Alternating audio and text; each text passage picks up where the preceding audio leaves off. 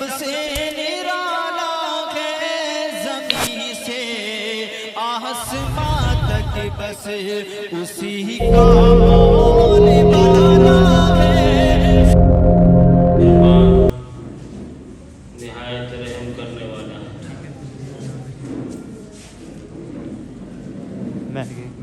الحمدللہ رب العالمین،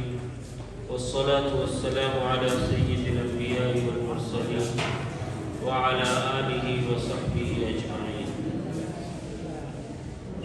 اسٹیج پر جلوہ افروز حضرات علماء کرام،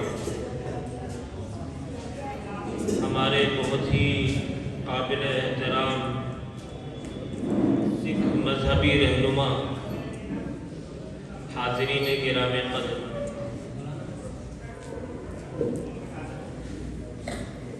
دنیا میں وہی چیز باقی رہتی ہے جو کام کی ہوتی ہے، جو چیز کام کی نہیں ہوتی وہ ختم ہو جاتی ہے۔ واعف عمن ظلمک واحسن الی من اساء الیک، جو تم پر ظلم کرے تم اس کو معاف کرو، اور جو تمہارے ساتھ برا برتاؤ کرے تم اس کے ساتھ اچھا برتاؤ کرو۔ کسی نے تمہیں دھوکہ دیا تم اس کو دھوکہ مت دو، کسی نے تمہارے ساتھ زیادتی کی تم اس کے ساتھ زیادتی مت کرو۔ اللہ کے نبی کے بارے میں کسی شاعر نے کہا،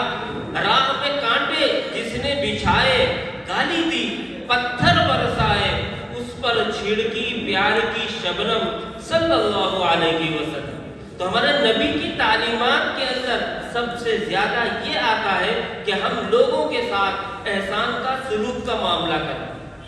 اور یاد رکھیے میں نے جو اصول بتائے تھے ان اصول کو سامنے رکھ کر اگر آپ غور کریں گے تو وہ قومیں دنیا کے اندر زندہ رہتی ہے جو دوسروں کے کام آتی ہیں، وہ ادارے باقی رہتے ہیں جو جن سے لوگوں کو فائدہ پہنچتا ہے، وہ درخت باقی رہتا ہے جس کا سایہ ہوتا ہے، وہ برتن باقی رہتا ہے جس میں کھانا روٹی کھایا جاتا ہے۔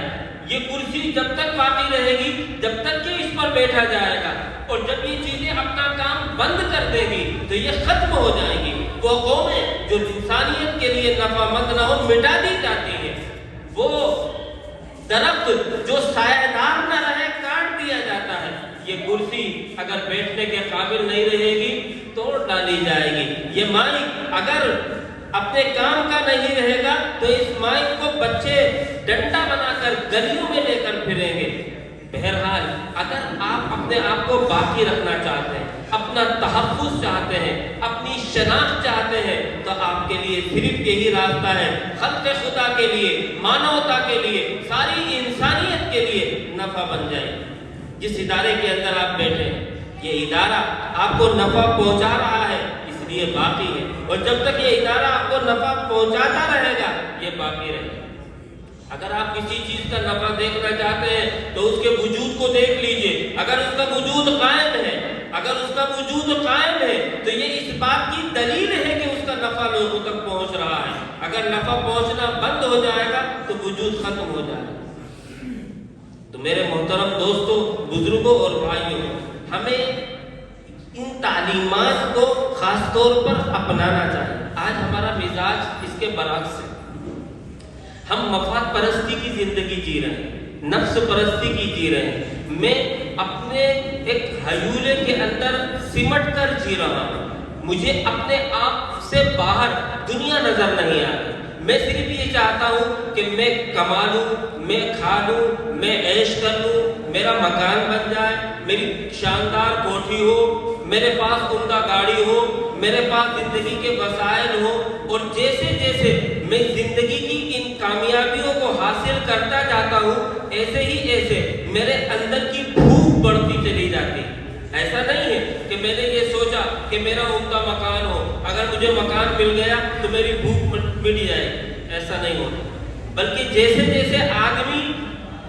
اپنی خواہشات کو پورا کرتا جاتا ہے اس کے اندر خواہشات کی بھوک بڑھتی چلی جاتی ہے، یہاں تک کہ آدمی ختم ہو جاتا ہے لیکن اس کی خواہشات ختم نہیں ہوتی۔ اسی لیے اللہ کے نبی صلی اللہ علیہ وسلم نے فرمایا کہ آدمی کا پیٹ تو قبر کی مٹی بھرتی ہے، آدمی کا پیٹ تو قبر کی مٹی بھرتی ہے۔ اس لیے ایسے راستے پر ہم نے کیوں چلنا جس راستے کا کوئی اینڈ نہیں، جس راستے کے ختم پہ کوئی منزل نہیں۔ ہاں اگر ہم انسانیت کے کام آ جائیں گے، خود بھوکے رہ لیں گے، دوسرے کو کھلا دیں گے، یقین جانیے ایسی خوشی ملے گی جو خوشی ہمیں امر کر دے گی، جو عجیب سا احساس ہمیں عطا کرے گی جس احساس کی دنیا کے اندر کوئی قیمت نہیں لگا سکتا۔ میں کسی روتے ہوئے چہرے کو ہنسا دوں، میں کسی بلکتے ہوئے بچے کے چہرے پر مسکراہٹ پھیر دوں، یہ بھی ایک عبادت ہے، یہ بھی ایک پرارتھنا ہے۔ ایک شاعر نے کہا نا، گھر سے مسجد ہے بہت دور، گھر سے مسجد ہے بہت دور، چلو یوں کر لیں کسی روتے ہوئے بچے کو ہنسایا جائے، کسی روتے ہوئے آدمی کے آنکھوں کے آنسوؤں کو پوچھ کر اس کے چہرے پر مسکراہٹ پھیلا دینا، یہ بھی ایک عبادت ہے۔ حدیث پاک میں ہے کہ ادخال السرور فی قلب المؤمن صدقۃ، کسی کے دل کے اندر خوشی کا کوئی جھونکا پیدا کر دینا، یہ بھی ایک صدقہ ہے۔ اور یاد رکھیے کہ دنیا کے اندر جو لوگ دوسروں کو خوش کر کے خوش ہونا سیکھ لیتے ہیں وہ زندگی کا حقیقی لطف اٹھاتے ہیں، اور جو لوگ دوسروں کو رلا کر خوش ہونا سیکھ لیتے ہیں ان کی ساری زندگی اجیرن بن جاتی ہے، وہ دنیا کے اندر رہتے ہوئے نرک میں اور جہنم کے اندر جی رہے ہوتے ہیں۔ اس لیے آج ہم جب اس جلسے کے اندر ہیں، ہم یہ عزم و ارادہ کریں کہ انشاءاللہ دوسروں کے کام جو جس طرح بھی کام آ سکتا ہے کام آئے۔ کوئی پڑھا لکھا ہے لوگوں کو تعلیم دے، کوئی مالدار ہے لوگوں کو پیسہ پھیلا دے، کسی کے پاس طاقت ہے وہ اپنی طاقت کو لوگوں کے بھلے کے لیے استعمال کر لے۔ اسی کے اندر کامیابی ہے اور اسی کے اندر رب کی رضا اور خوشی۔ رمضان کا مہینہ آ رہا، پوتر مہینہ، مقدس مہینہ، یہ مہینہ کیا سکھاتا ہے؟ دن بھر روزہ رکھنا، کھانا نہیں پینا نہیں، فریج کے اندر بہت اچھے اچھے کھانے رکھے ہوئے ہیں، بہت تازہ ٹھنڈے فروٹ رکھے ہوئے ہیں، کھجور رکھی ہوئی ہے، دودھ دہی ہر چیز رکھی ہوئی ہے، لیکن تمہیں ہاتھ نہیں لگانا، تمہیں ہاتھ نہیں لگانا، تمہیں اپنے اندر یہ احساس پیدا کرنا ہے کہ بھوکا بھوک کے ٹائم کو کیسے بتاتا ہے اور کیسے گزارتا ہے۔ تمہیں اپنے اندر یہ احساس پیدا کرنا ہے کہ ایک غریب بھوک کے عالم میں کس سوچ کے ساتھ اپنا وقت گزار رہا ہوتا ہے، تاکہ تمہارے اندر دکھیوں کا احساس پیدا ہو، تمہارے اندر غریبوں کا دکھ پیدا ہو، اور تمہارے جو پیٹ کو ہمیشہ کھانے کی عادت ہے، تمہارے اس پیٹ کو بھوکا رکھ کر اس کے اندر سے جذبات، تمنائیں اور خواہشات اور نفس پرستی اور مفاد پرستی کے جراثیم کو کچلا جائے، تمہارے اندر کی روحانیت کو طاقتور بنایا جائے، تمہارے اندر کے انسان کو مضبوط بنایا جائے، تمہارے اندر رب نے جو شکتیاں اور جو طاقتیں رکھی ہیں ان طاقتوں کو کارگر بنایا جائے۔ ہم جو کھاتے ہیں، یہ کھا لیا وہ کھا لیا، جب سے صبح اٹھتے ہیں ہمارا منہ چلنا شروع ہوتا ہے، رات کو سونے تک منہ چلتا رہتا ہے، اس کھانے سے ہمارا پیٹ بھر جاتا ہے، اور جب پیٹ بھر جاتا ہے تو ہمارا دماغ جو ہے وہ سوچنا سمجھنا چھوڑ دیتا ہے۔ خالی پیٹ آدمی جتنا اچھا سوچتا ہے، بہتر سوچتا ہے، بھرے پیٹ والا آدمی اتنا اچھا اور بہتر نہیں سوچتا۔ اسی لیے بڑے کارنامے انجام دینے کے لیے آدمی کو بھوکا رہنا پڑتا ہے۔ علامہ اقبال نے کہا، غم جوانی کو جگا دیتا ہے سوزے خواب سے، ساز یہ بیدار ہوتا ہے اسی مضراب سے۔ تو رمضان کے اندر ہمیں بھوکا رکھ کر ان چیزوں کا احساس ہمارے اندر پیدا کیا جائے، پھر رات کو 1.5 گھنٹہ 2 گھنٹہ تراویح کی نماز میں کھڑے ہیں، پاؤں دکھ رہے ہیں لیکن کھڑے ہوئے ہیں، بدن نڈھال ہے لیکن کھڑے ہوئے ہیں،